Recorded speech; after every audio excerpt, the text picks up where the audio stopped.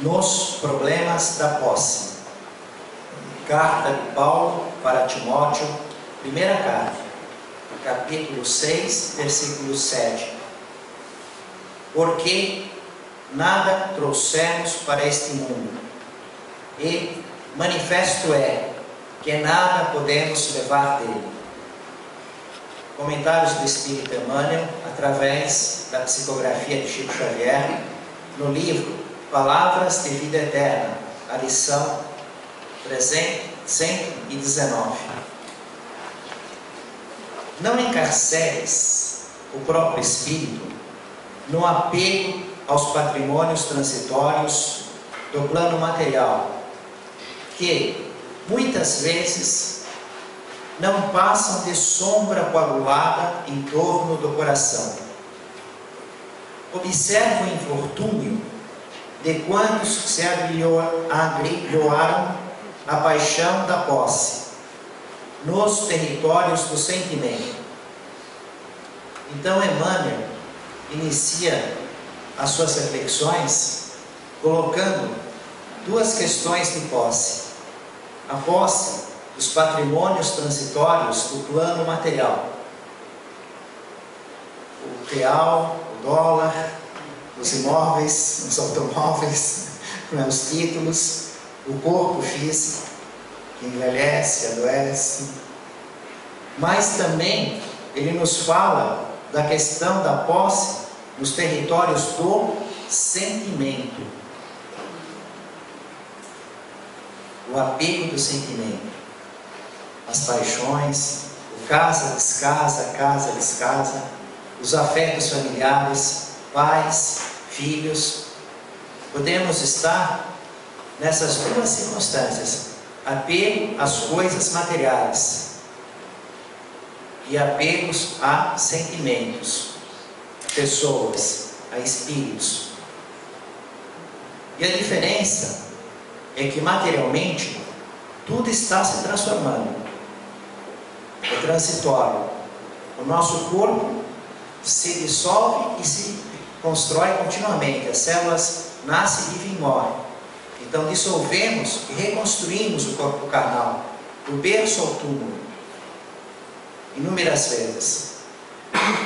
A matéria que nos cerca está sempre se transformando.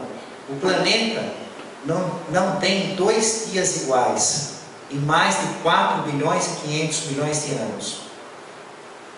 O Sol não tem 2 dias iguais. O planeta é novo no universo. Quantos mundos a academia nos mostra mais antigos do que a Terra? Toda a matéria está sempre se transformando. Jamais acaba, muda a forma. Mas em relação aos sentimentos, aos espíritos, às almas, os espíritos não têm fim, mas estão evoluindo.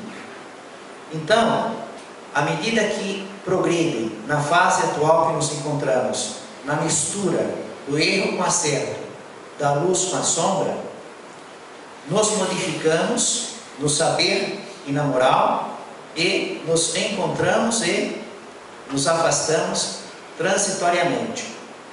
Estaremos mais unidos quando evoluirmos só no acerto, como bons espíritos, mas ainda estamos muito longe desse nível evolutivo.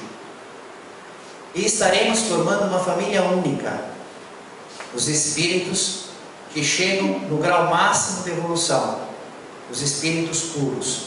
Aí estaremos todos unidos num laço da classe única dos espíritos perfeitos que desfrutam a felicidade suprema e cooperam com o Criador na evolução dos irmãos que estão no processo evolutivo. Logo, em virtude da fase atual que nos encontramos, os entes queridos que vestem temporariamente as roupagens de cônjuge, pais e filhos, também são transitórias, em virtude do grau de evolução que nos encontramos. E aí Emmanuel cita várias circunstâncias do apego e do sofrimento que o apego traz. Porque o apego é uma rebeldia com a lei de Deus.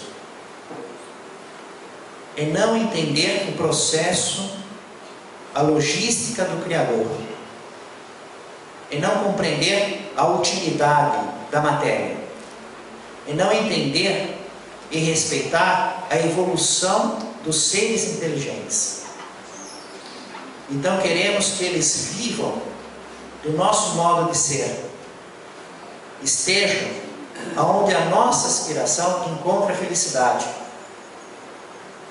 E a nossa inteligência é pequena e limitada e não consegue compreender que todas as criaturas são amadas infinitamente por Deus, criadas continuamente, e que cada um tem a necessidade evolutiva própria, de acordo com o seu livre arbítrio. Mas como vemos o sofrimento, a miséria, a necessidade, a penúria, e que é apenas uma parte do quadro, ficamos indignados e queremos ser o poder da criação, mudar as coisas. Isto é a rebeldia que nos caracteriza em virtude da ignorância, da falta de confiança em Deus, a perfeição absoluta, o amor sempre presente. Emmanuel diz assim: supunham-se donos das criaturas que amavam. Supunham-se donos das criaturas que amavam. Mas essas criaturas seriam apenas irmãos. Ou, no lugar de apenas, uma palavra de uma extraordinária importância: irmãos. Filhos de Deus como nós. E, ante os primeiros sinais de emancipação a que se mostraram dispostas, não vacilaram em abatê-las sob golpe homicida. Julgavam-se proprietários absolutos de bens passageiros e transformaram as lágrimas dos órfãos e das viúvas em cadeias da fome e vínculos da morte. Emmanuel escolhendo palavras para justificar os erros que a criatura incorre devido ao apego da posse, tanto material quanto de sentimento. Presumiam-se mandantes exclusivos da autoridade e fortaleceram o império da violência. Todos eles, porém, dominados pelo orgulho, despertaram, desorientados e infelizes, nas trevas que amontoaram em si mesmos, com imenso trabalho a fazer para a própria libertação. Pois se é um fato que, em virtude da nossa condição evolutiva presente, temos, muitas vezes, o apego aos bens materiais ou às pessoas, e aí acabamos realizando uma série de erros. Esses erros nos trarão as suas consequências, o sofrimento. Mas é um sofrimento educativo.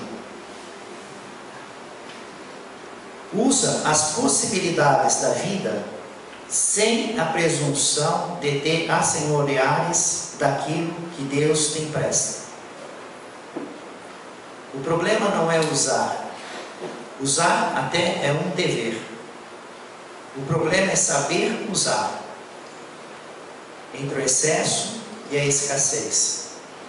Entre ser um meio para atingir um fim ou ser um fim em si mesmo. Esta carta que Paulo escreve para Timóteo, no capítulo 6, versículo 7, que estamos estudando, possui uma série de comentários muito maravilhosos. Eu selecionei só um outro versículo, no mesmo capítulo, no capítulo 6, o versículo 9. Aqueles que ambicionam tornar-se ricos, caem nas armadilhas do demônio, em muitos desejos insensatos e nocivos, que precipitam os homens no abismo da ruína e da perdição. Isto é um trechinho da carta que Paulo está escrevendo para Timóteo. No Evangelho do Senhor, nós temos uma passagem, já estudada muitas vezes, com muitos detalhes. Então nós vamos apenas recordá-la na sua essência, constando na anotação de Mateus, Marcos e Lucas, a questão do moço rico. Quando Jesus se punha a caminho, chegou-se a ele um certo moço de posição e, ajoelhando-se, perguntou: Bom mestre, que farei de bom para ter a vida eterna? A circunstância é impactante, porque o moço, sendo rico, se imagina com seus camelos, as suas mercadorias, seus escravos, seu luxo, aquela bajulação. Ele vai no encalço. Jesus estava a caminho, ele corre atrás. Um rico correndo atrás de um homem pobre, de um galileu. Mais do que isso, ele para, ele se ajoelha. Ou seja, ele mostra publicamente, diante de todos, daquela multidão, dos discípulos de Jesus, que apesar de ele ter uma condição social, os poderes da matéria, poder de compra, o status, ele considera o poder de Jesus acima do dele, como um professor, um mestre. Bom mestre, que farei de bom para ter a vida eterna? Isso dentro do povo judeu é algo muito dramático, porque eles seguiam as anotações de Moisés, a Torá, os profetas, a lei, aqueles textos corridos que, segundo o estudo, a interpretação desta letra, geravam os 613 mandamentos escritos, mais a tradição oral. Os 365 mandamentos de forma negativa, a serem observados. Não faça isso, não faça aquilo, não faça aquilo outro. Os 248 mandamentos da forma positiva. Tem que fazer isso, fazer aquilo, fazer aquilo.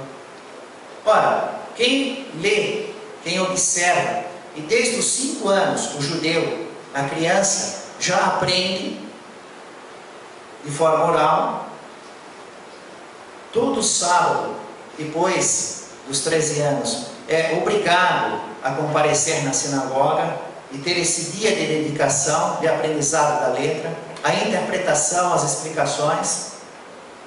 Para ter a vida eterna, tem que fazer o quê? Obedecer à lei. Sangue é impureza, não pode trabalhar de sábado, tem um limite de distância para andar, não pode carregar peso. Legisla sobre tudo. A mulher pega adultério, tem que matar a pedrada. Não pode matar as pessoas. Tem que fazer circuncisão no 8º dia.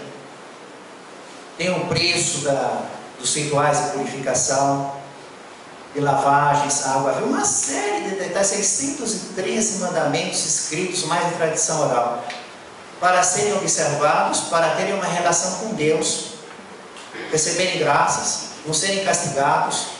O caminho do quê? Da vida eterna. Mas ele vai perguntar para Jesus. Ele não é o primeiro, ele não é o único. Eles desejavam. Então por quê? Porque aquilo que tinham não era suficiente. Se funcionasse, não precisava perguntar. Não é assim? Já está implícito, né? Está faltando algo. Mas Jesus, com seus poderes de curar cegos, paralíticos, leprosos, dominar os fenômenos da natureza,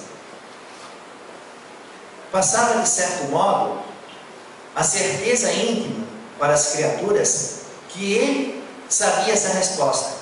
Porque só um homem junto com a vontade de Deus, inserido do poder de Deus, poderia fazer aquilo. Jamais se viu um cego de nascença ser curado. E de que maneira? Impondo as mãos, eu quero, sendo tocado,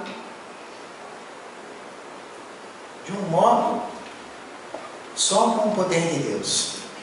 Então esse moço rico, tendo essa certeza íntima em seu coração, diante de todo o público, reconhecendo em Jesus estar com o poder de Deus, faz a pergunta: bom mestre, que farei de bom para ter a vida eterna?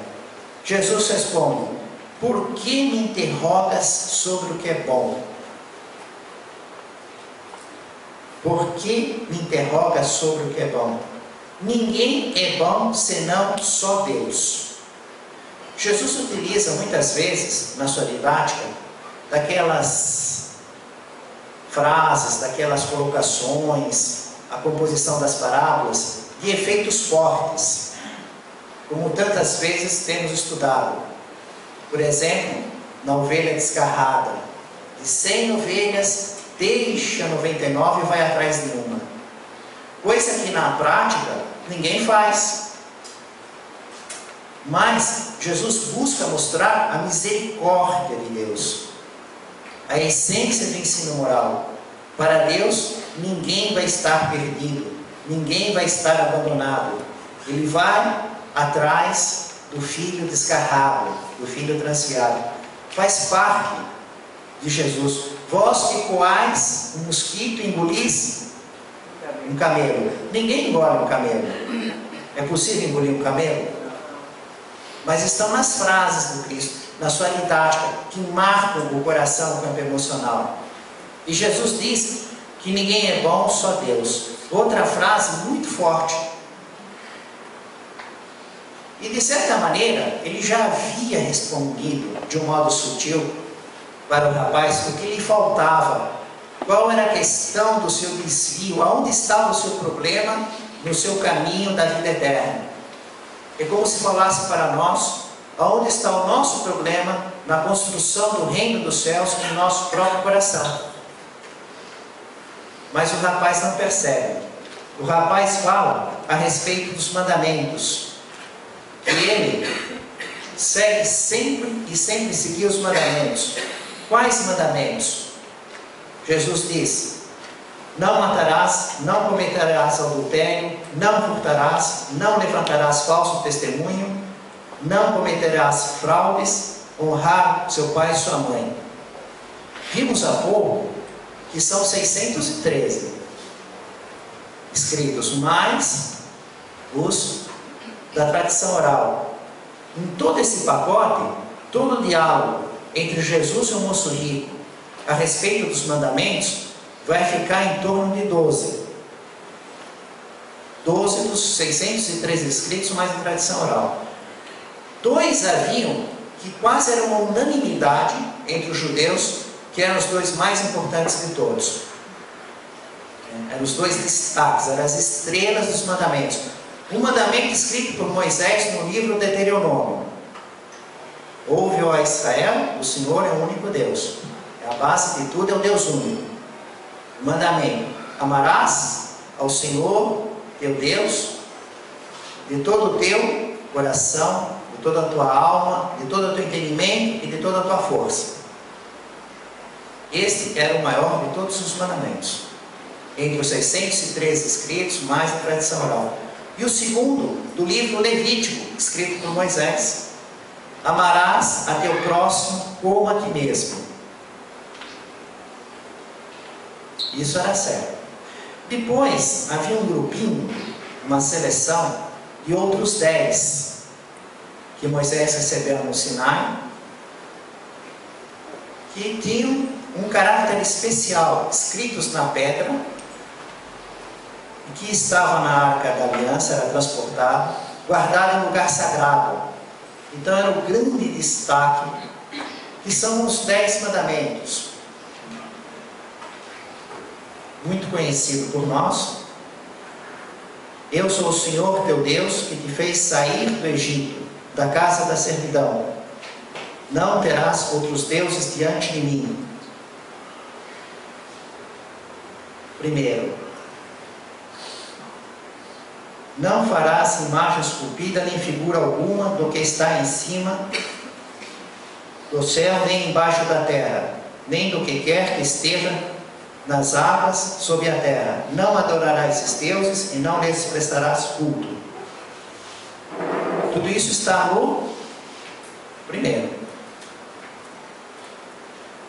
Porque sou um Deus que pune a iniquidade dos pais sobre os filhos, até a terceira e quarta geração dos que me odeiam. Mas que também ajo com amor até a 1000ª geração para aqueles que me amam e guardam os meus mandamentos. Segundo. Aí vem o terceiro. Não pronunciarás em vão o nome do Senhor teu Deus. E quarto. Lembra-se do dia de sábado para santificá-lo. Esses 4 primeiros, segundo o estudo a respeito da interpretação da Torá, não como a igreja que altera, não estou criticando a igreja, mas ela altera a nomenclatura por circunstâncias próprias, a numeração deles e a ordem deles. Não estamos vendo o estudo da igreja, estamos vendo como está na Torá e a interpretação dos judeus em relação a isso. Então esses são os 4 primeiros, os 4 envolvem Deus. E aí vem do 5º em diante. Não matarás, não cometerás adultério, não roubarás, não dirás falso testemunho com o próximo, não desejarás a mulher e as coisas do próximo, honrar pai e mãe. Ou seja, nós temos 4 que é relação entre criatura e Criador.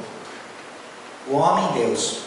E temos 6 desses 10 mandamentos, que é uma relação entre a criatura e outra criatura. Honrar pai e mãe. Não matar, não roubar, não cobiçar, não adulterar. E quando Jesus fala com ele, Jesus diz, tudo bem, se fala dos mandamentos, você conhece. Mas Jesus cita os 6 mandamentos desses que é a relação entre o próximo. E cita no Levítico, o mandamento do Levítico não cita nem o do Deuteronômio, e nem aqueles 4 mandamentos que é a relação entre o homem e Deus. Ele fala, você conhece, não matar, não roubar, não adulterar, honrar pai e mãe, e amar o próximo como a ti mesmo. Entenderam?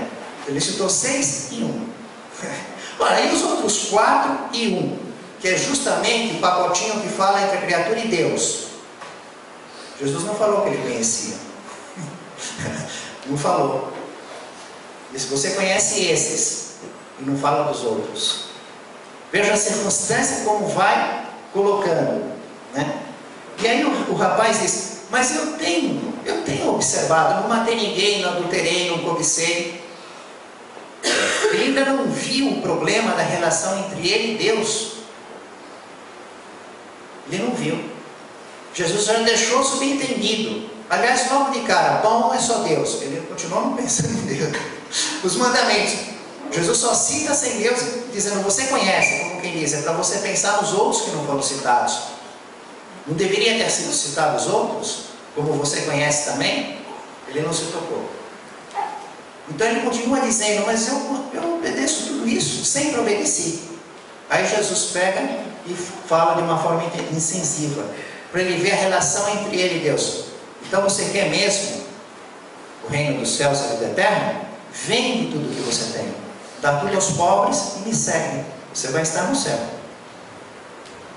Aí ele cai em si, que ele tem um amor maior pelas coisas transitórias do que em relação ao que ele busca, a vida eterna, o amor a Deus. Ele tem apego aos bens materiais. Ele fica pensando em todas as coisas que lhe facilitam o conforto e a alegria da vida. Isso está acima da busca do reino dos céus. Caindo em si, nessa circunstância, então ele sai muito triste, porque eram muitos os seus bens, E ele entende então a realidade do apego às coisas materiais. E Jesus, vendo assim triste, olhando em torno, disse aos seus discípulos: em verdade vos digo, um rico dificilmente entrará no reino dos céus. Dificilmente, não é que é impossível, mas que é mais difícil. Por quê?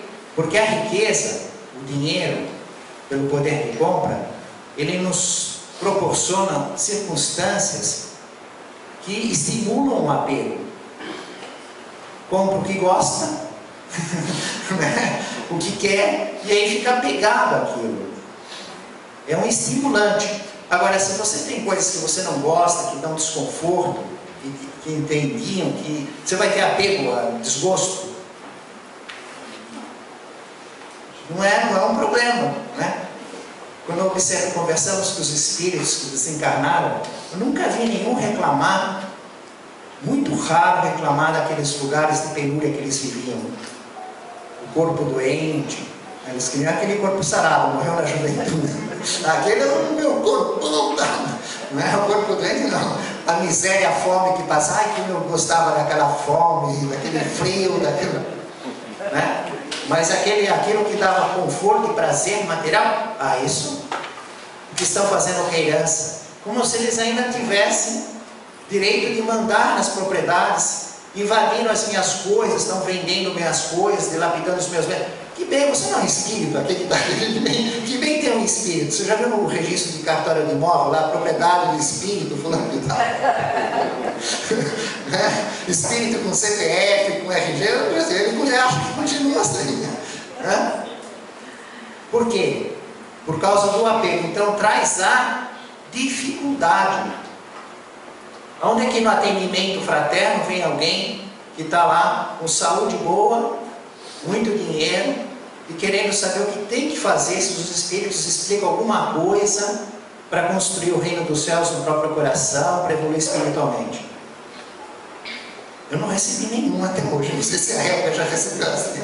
Chega lá é com problema, né? Doença, é briga, é falta, é miséria, é problema de desemprego, é filho menino para falência. Mas onde estão essas pessoas? Porque não existem elas, que não tem problema nenhum na saúde por enquanto, que estão nas posses transitórias, nas riquezas do mundo por enquanto, né? Eles existem, mas eles são raros os que deixam uma parte do seu tempo para pensar que são espíritos e se dedicarem à vida espiritual. Normalmente estão viajando o mundo inteiro, nos iates, fazendo negócios para enriquecer ainda mais, planos de poder, desfrutando os prazeres materiais, que dão sensações. Por isso que Jesus diz que é difícil, mas não impossível. Porque na casa de Zaqueu, Jesus diz que entrou a salvação naquela casa. Que ele deu metade para os pobres, indenizou em 4 vezes por 1 quem ele havia prejudicado, porque ele aplicava os seus bens materiais na geração de trabalho e no bem-estar da coletividade. Então a riqueza dele tinha um fim útil para o bem geral. Esse que foi o resultado da conversa de Zaqueu com Jesus, segundo o livro Boa Nova, na produção mediúnica de Chico Xavier. Em verdade vos digo, Jesus fala para eles, que um rico dificilmente entrará no reino dos céus. Filhos, como é difícil aos que confiam nas riquezas entrar no reino de Deus. É mais fácil um camelo passar pelo fundo de uma agulha do que um rico entrar no reino de Deus. Então Jesus se utiliza de uma outra figura forte, um camelo passar pelo fundo da agulha. Os estudiosos, existem colocações do camelo que fazia uma corda, uma linha, que estaria se referindo a isso. Outros falam de uma passagem, uma porta estreita dentro de uma porta grande. E existem aqueles arqueólogos que estudam as ruínas, que mostram as passagens estreitas e o camelo passando carregado. Então ele riscava tudo aquelas pedras, né? Então o camelo até podia passar, mas era difícil. Em algumas passagens, tinha que descarregar o camelo, passa o camelo, aí passa a mercadoria e carrega o camelo. Isso são estudos, eu já trouxe em livros da vida diária na época de Jesus, mostrei esses lugares fotografados. Não importa qual seria realmente a questão, se é aquela passagem estreita de pedra, se é a palavra traduzida.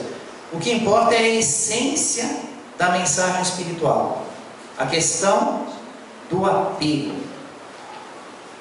No livro dos Espíritos, nós temos uma parte que fala o retorno da vida corporal à vida espiritual.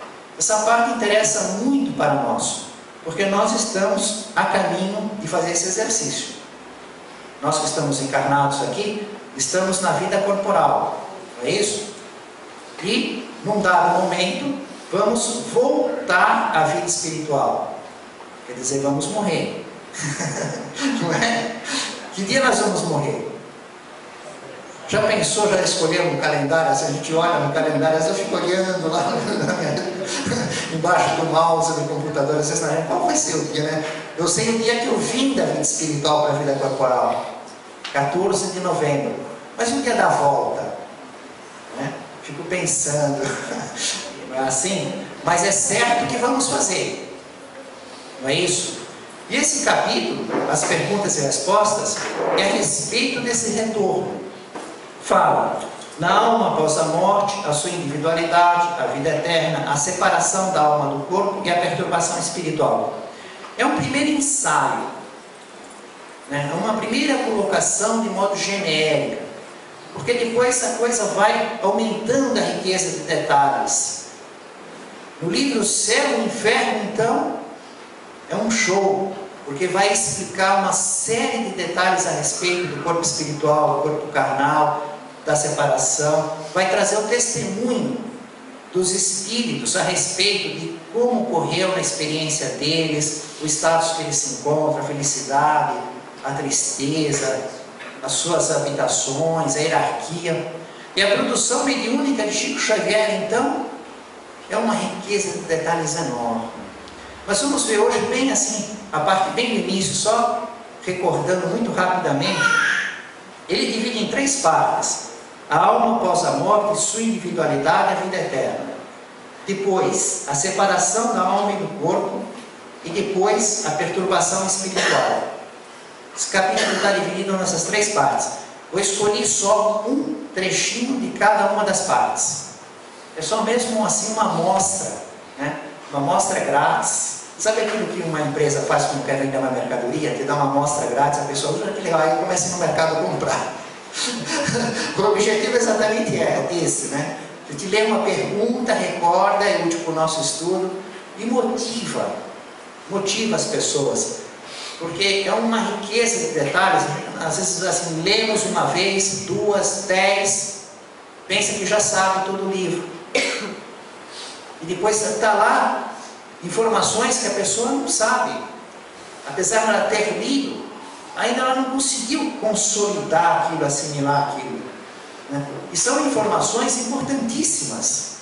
Não é algo, por exemplo, a gente não sabe como vai terminar uma novela, um filme, né? Hoje parece que termina um seriado, Verdades Secretas, né? O penúltimo capítulo tem um tiro, a gente não sabe o que vai acontecer. Daqui a pouco podemos saber, as pessoas comentam, mas e daí? Se ela se mata, se ela mata a filha e o homem, se mata as coisas, o que isso importa para nós? Só um momento de lazer, ou até de desgosto, de frustração. Mas aqui não. Uma coisa que deixa passar é daqueles tesouros que vai para o espírito para sempre. É um saber do espírito, é eterno. Uma coisa é uma informação que tem só valor transitório, outra coisa é a informação que é da vida eterna do espírito. Mas vamos lá, senão eu não chego no caso do Chico Xavier. Pergunta 150b. A alma nada leva consigo deste mundo? Leva, não leva dos bens materiais, mas leva muito. Esse que é o problema. Ah, morreu, nada leva. Calma, né? Das coisas materiais, não. Mas toda a parte moral leva a tudo. Aliás, já começa a viver o resultado, porque a própria condição material do corpo espiritual, do perispírito, é uma consequência de como está a vida moral. Isso já determina uma série de coisas. A separação em relação ao corpo carnal, os ambientes, o tipo de comunicação que ela vai ter. Porque a realidade com a morte é que simplesmente se modificam as circunstâncias materiais da vida que sempre continua. É como aquela pessoa que é excluída do mundo digital. Ela não consegue fazer nada pelo computador. Aquelas épocas que era assim e hoje que tem esse conforto. É uma vida bem diferente, né? Mas é tudo material, porque a vida digital também é material. Então a vida continua numa outra realidade. Então eles respondem: nada além da lembrança e do desejo de ir para um mundo melhor. Essa lembrança é cheia de doçura ou amargura, conforme o emprego que tiver feito de sua vida. Quanto mais pura for a alma, melhor compreenderá a futilidade do que deixa na terra. As futilidades terrenas. Na separação da alma do corpo, eu escolhi a 154. A separação da alma e do corpo é dolorosa? Não. Frequentemente o corpo sofre mais durante a vida do que no momento da morte. Nesse, a alma nada sente. Os sofrimentos que se experimentam algumas vezes no momento da morte são um prazer para o espírito, que vê chegar o fim do seu exílio. Na morte natural, a que ocorre pelo esgotamento dos órgãos em consequência da idade, o homem deixa a vida sem o perceber. É uma lâmpada que se apaga por falta de energia. Nós estamos observando que ele está respondendo de uma maneira genérica. Porque existem casos que são dolorosos, mas é por causa do mau comportamento. Então ele vai respondendo, vai abrindo os quadros, fazendo flashes sobre a realidade do mundo espiritual de modo genérico. E na perturbação espiritual? Por que a perturbação? Porque o espírito passa a viver uma outra realidade material em que ele ainda não pôde compreender como a matéria está funcionando. E muitas vezes em conflito com a ideia que ele fazia, com a sequência após a morte. Aqueles que julgam que morreu, tudo acabou, mas continua a realidade material. Então isso provoca um choque enorme em relação aos seus conceitos. Ele entra em perturbação. O caso do suicídio: eu mato o corpo, eu me mato e resolvo meus problemas. Ele verifica uma realidade que os problemas aumentam, não se resolvem. Aqueles que esperavam o céu, em virtude dos seus compromissos exteriores religiosos satisfeitos, percebe que ainda falta tanto quanto. Não encontram céu nenhum. Né? Essa perturbação apresenta circunstâncias particulares conforme o caráter do indivíduo e principalmente conforme o tipo de morte. Nas mortes violentas, por suicídio, suplício, acidente, apoplexia, ferimentos, o espírito se surpreende, fica perplexo e não acredita estar morto. Ele defende essa ideia obstinadamente. No entanto, vê seu corpo, sabe que é seu, mas não compreende que esteja separado dele. Vai até as pessoas pelas quais tem afeição, fala com elas e não percebe porque não o entendem. Essa ilusão dura até que se complete o desprendimento do perispírito. Só então o espírito se reconhece e compreende que não mais pertence ao mundo dos vivos. Também falando em modo genérico. Mas vamos ver um caso real na produção mediúnica de Chico Xavier. Apenas alguns flashes, porque é muita circunstância. de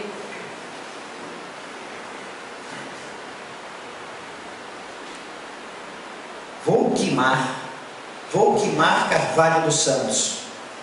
Desencarnou com 21 anos. Pai, Geraldo Anelino dos Santos. E mãe, Valquíria Carvalho dos Santos. Nascimento 1 de julho de 1952, em Guaratinguetá, São Paulo. Falecimento 1 de fevereiro de 1974, em São Paulo, São Paulo. Causa da morte, queimadura.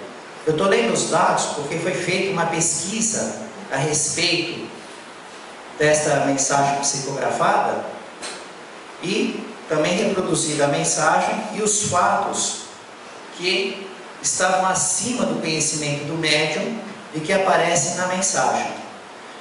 Então, respeitando a circunstância dolorosa do drama, do edifício que pegou fogo, da morte, da queimadura, toda a parte sentimental, nós estaremos focados no aspecto da produção mediúnica de Chico Xavier, nos detalhes que provam a realidade da sobrevivência da alma em relação ao corpo e de um dos estados possíveis, como uma amostragem. Cada caso é um caso, um dos estados possíveis da alma depois da morte. Então eu vou verificar, vou ler alguns dos itens relacionados em relação ao conteúdo da mensagem que foi separado pelo pesquisador, 15 itens, 15 citações do espírito da Volquimar no texto da mensagem, que eram casos notáveis, acima do conhecimento do médium. Por exemplo, ela cita o nome de Álvaro, que era o irmão dela, no conteúdo da redação. Depois, essa eu achei algo assim notável que aconteceu, muito interessante. O cartão do alfabeto. O que é esse cartão do alfabeto? Eu vou ler agora um trecho da mensagem dela, ela psicografando pelo Chico Xavier. Não sei explicar a emoção que me controla todos os pensamentos. É como se voltasse todo o quadro de meses antes à memória. Tudo me sensibiliza em excesso. Tudo me faz recuar para rever o que devo contemplar em minha própria serenidade. E parece um sonho, mamãe, estarmos juntas através das letras, do entendimento desejado. Não mais o cartão do alfabeto, em que os movimentos vagarosos demais nos impedem a ideia de correr como desejamos. Aqui é alma para alma, nas palavras que anseiam impregnar de amor sem conseguir. Peço-lhes, não chorem mais o que ficou para trás no tempo, por expressão das leis divinas em forma de sofrimento. O que vamos estudar com um certo detalhe aqui é essa questão que ela fala, não mais o cartão do alfabeto. Não é estranho isso? Que cartão do alfabeto é esse? O que ela está falando? Não mais o cartão do alfabeto em que os movimentos vagarosos demais nos impedem a ideia de correr como desejamos. Ou seja, ela queria dar uma velocidade, não conseguia. Isso quando ela se comunicava pelo cartão do alfabeto. Ela está comemorando que naquele momento aqui é a alma para aquilo que é a mensagem que ela está fazendo pelo Chico Xavier. Aqui é alma para alma nas palavras que anseiam impregnar de amor para conseguir, sem conseguir.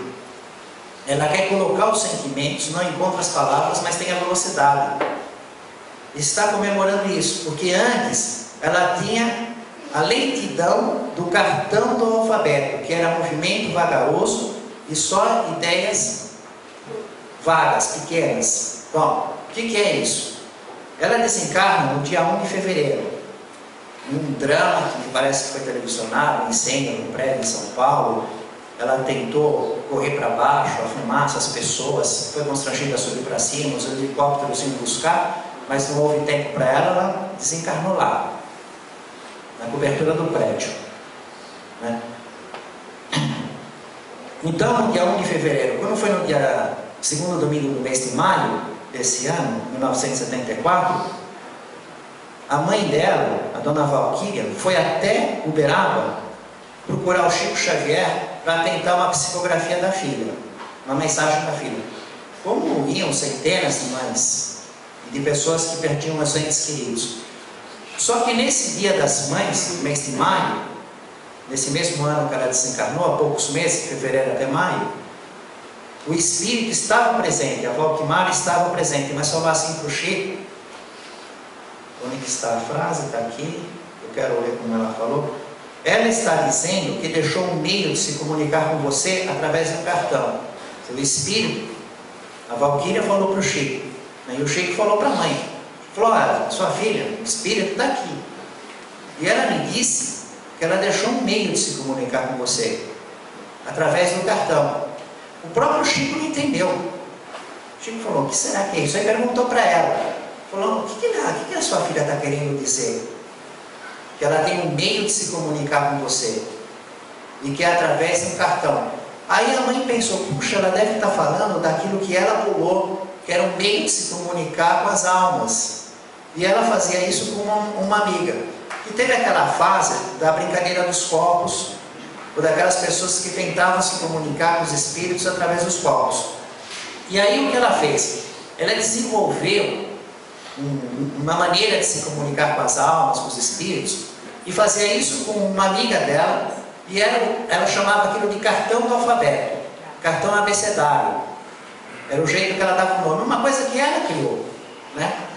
Uma coisa que ela criou. Então o Chico falou, olha, não veio a mensagem dela no Dia das Mães, não veio. Mas ela estava presente, né? A mãe dela ficou tremendamente impactada, porque o Chico não tinha a mínima ideia de que essa moça tivesse bolado um sistema chamado cartão abecedário, fazia com uma amiga que é citada aqui, na redação dela, na mensagem, né? Aí o Chico fala, porque essa mensagem vai vir mais para frente. Até o Dia das Mães ainda não veio mensagem. A mulher não recebeu mensagem nenhuma, não é nesse dia, ela só foi lá e a filha disse para o Chico, como espírito, falou, olha, eu tenho um meio de me comunicar com ela, através do cartão abecedário, manda ela usar esse meio. O Chico diz, olha, ela falou que vai se comunicar com você. Imagina só, a mãe ficou certa que a filha estava lá, porque o Chico fala de algo que ele não conhecia. Então a mãe, quando volta para casa, para sua residência, vai atrás daquele cartão abecedário e tenta entrar em contato com a filha, do jeito que a filha entrava com aquela amiga em contato com os mortos e as almas, e recebe por aquele sistema a seguinte informação, que ela tem que ir para Uberaba no dia 13 de julho, e nesse dia ela vai escrever pelo Chico. Ela recebe na casa dela, por esse e-mail do cartão abecedário. Aí o que ela faz? Ela vai no dia 13 de julho, senta lá no público e fica quieta. E nesse dia que ela marcou no sistema do cartão, ela se manifesta e faz essa mensagem que nós estamos lendo aqui. Né? Então imagina para a mãe a enormidade da quantidade de provas, né? De ter ido lá no Dia das Mães, o Chico dizer que a filha estava presente, estava falando do cartão. Só que o cartão é tão difícil, tão lento, ela só pode escrever isso. Volta no dia 13, em Uberaba, que eu vou fazer a psicografia pelo Chico. Eu vou poder escrever. Então, o conteúdo, essa mensagem que nós estamos lendo é do dia 13, quando a mãe volta. E ela está comemorando, aquele sistema, agora eu estou pelo Chico, deslanchando. Mas ela vai falando no conteúdo que ela está sendo auxiliada por 2 outros espíritos para ter aquela velocidade. Aí ela cita, por exemplo, mais para frente, meu avô e outros amigos me ajudaram e prossigo na recuperação necessária, porque foi uma morte coletiva de incêndio. E aí os espíritos que morreram naquele incêndio, uma parte deles foram hospitalizados.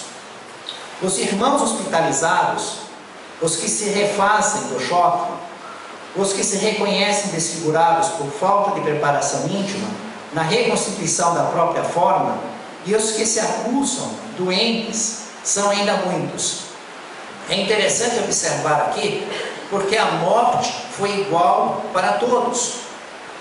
Era o mesmo prédio, era o mesmo fogo, era o mesmo dia.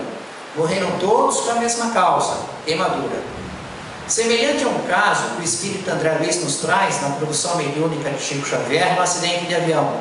Era o mesmo avião, era o mesmo acidente, era a mesma causa, a morte, a queda do avião. No entanto, cada um vai sofrer a sequência de um modo diferente, conforme o nível de evolução do espírito, conforme o conhecimento da vida do mundo espiritual, conforme as imperfeições morais, conforme as virtudes. O perispírito dele, se separando do corpo carnal, tendo como causa a queimadura, vai ter uma consequência. Aqueles que necessitavam ficar hospitalizados, mas perispírito queima? Não. Mas para que ficar hospitalizado? Queimou só o corpo de carne. Mas e aqueles outros que tiveram a mesma queimadura do corpo de carne, o perispírito não tem nada, não foi hospitalizado? Ela disse muitos, não foram todos. Ela mesma não foi, né? Com esse grau de gravidade. Vejam as leis da natureza que estamos inseridos. Vejam a diferença que faz durante a nossa vigília, até chegar a nossa hora de retorno à vida espiritual, na hora da nossa morte, os sentimentos, os pensamentos, as palavras, os procedimentos. E nós vamos vivendo assim, mas estamos determinando esses detalhes. Nós não sabemos qual vai ser a forma da nossa morte. Todo mundo deseja ir dormir, fazer uma prece e sair do corpo. Mas quem sabe como vai ser? Mas seja qual for, não é a diferença da forma que vai ser a causa.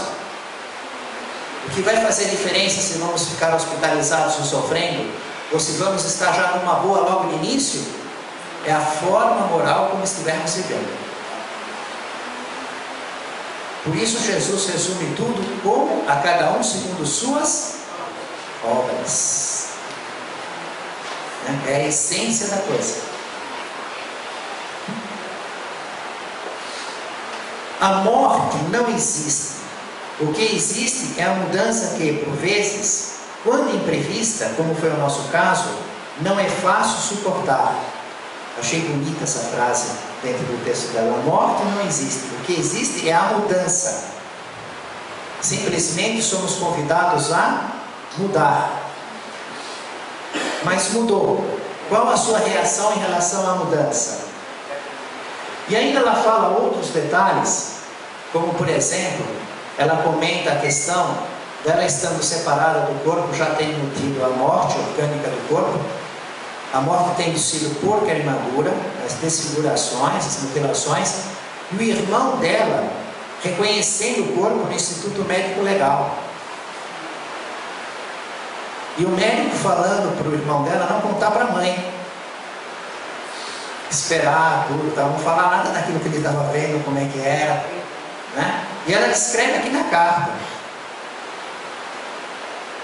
Quer dizer, a mãe não sabia, ela vai falando coisa do irmão. É fantástico. A produção mediúnica de Chico Xavier, de longe é maior, mais de 400 livros. De perto é melhor. Melhor por quê? Veja o nível de provas, o consolo, a esperança, o ensino, o Espírito Emmanuel, selecionando 1616 versículos do Novo Testamento, comentando em 318 livros e 441 publicações do Jornal Reformador e Brasil Espírita. Tudo isso são palavras de vida eterna. Família espiritual de Jesus, no caminho do reino dos céus, em nome do Mestre Jesus, louvado seja Deus.